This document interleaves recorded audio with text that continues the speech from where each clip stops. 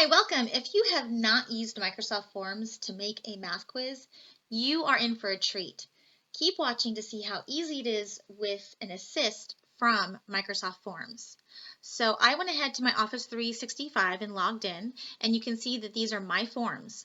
I'm going to select New Quiz, and I'm just going to title it, in this case, it's Equations. And I'm going to click Add New, and I'm going to select Choice for this demonstration.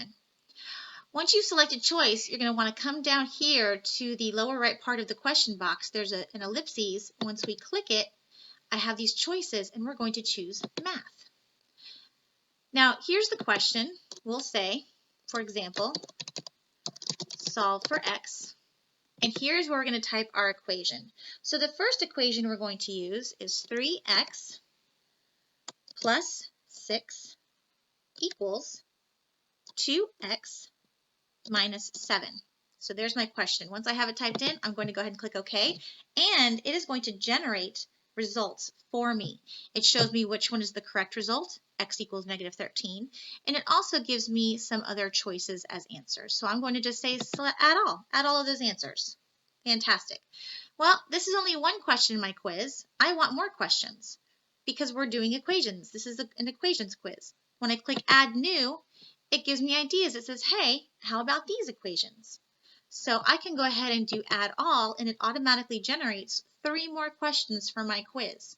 And so you can look over these questions and see if they're questions that you like. You can, if you think that you have too many questions in position B, for example, the answer, once you click in here, you can move the answers around to wherever you like it.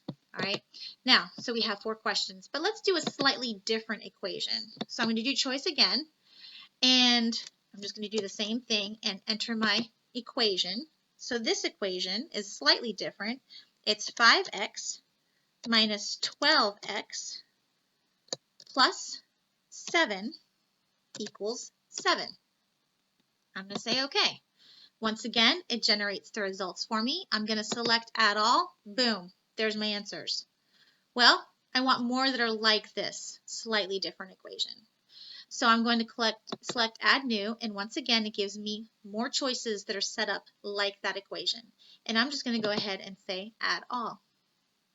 So now I have 8 questions. If I wanted to continue going on, I could add new questions. I could do slightly different ones. If I want to mix up the way that these questions look, then what I might just have to do is come over here to question number 5, and I want to move it up so that it's question 4. And so now I have an equation. I've mixed up the equations a little bit so they don't look exactly all the same in a row. Another thing that you can do is if you need to add a picture, so for example, if you need to add an image for them to look at, in the question box right next to it, insert media, and you can put an image in there, whether it's like a triangle or some other shape that they need to use in order to answer the question, then this is where you would add that image. The last thing I want to show you is in responses. What you'll see when you land here is just a general aggregate of how the class did as a whole, depending on how you assign it. It might be all of your students. If you assign the same form to all classes, you'll see how everyone did with that quiz overall. Once you have some answers and you click Review Answers, that's where you'll be able to dial down and see how each individual student responded to that quiz. Anyway, I hope you find this helpful. I was super excited to find it, and I'm happy to share it with you.